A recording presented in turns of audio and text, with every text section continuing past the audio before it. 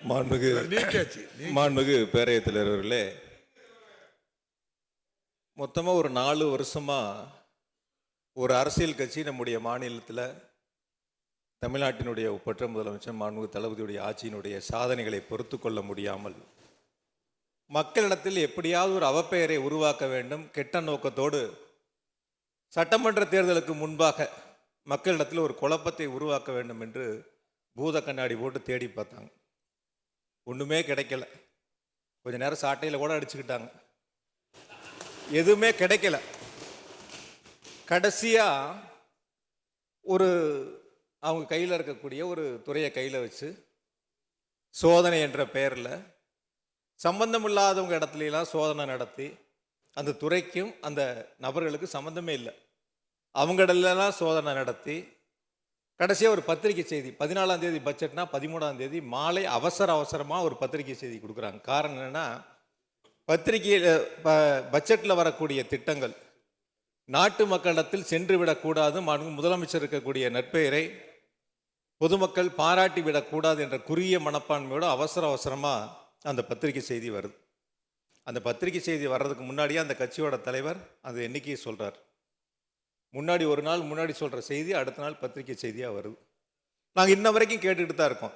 செய்தி வந்த பிறகு அடுத்த நாங்கள் கேட்டோம், எதன் அடிப்படையில் அந்த சோதனை நடைபெற்றது, எந்த முதல் தகவல் அறிக்கையை எடுத்துக்கொள்ளப்பட்டது, எந்த ஆண்டு பதிவு செய்யப்பட்ட முதல் தகவல் அறிக்கை, இதுவரைக்கும் அதுக்கு விளக்கம் இல்லை. இதுவரைக்கும் அதுக்கும் விளக்கம் இல்லை.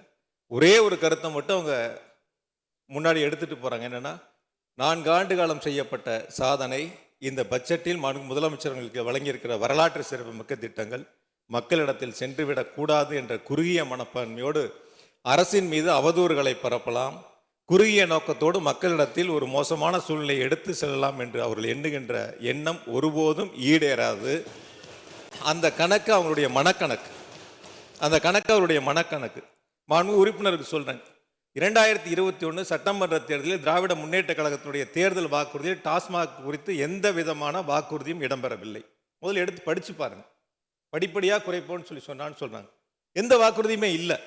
இருந்த போதும் கூட தமிழ்நாட்டினுடைய முதலமைச்சர் மாண்புமிகு தளபதி அவர்கள் மக்கள் நலன் கருதி 603 கடைகளை குறைத்திருக்கின்றார்கள். அறிவிப்பு 500 தான். ஆனால் 103 கடைகள் பொதுமக்கள் வேண்டாம் என்று சொன்ன இடத்தில் பள்ளி கல்லூரிகள் ஆலயங்கள் இருந்த இடங்களில் இருந்த கடைகள் 103 கடைகள் கூடுதலாக மூடப்பட்டு 603 கடைகள் மூடப்பட்டிருக்கின்றன.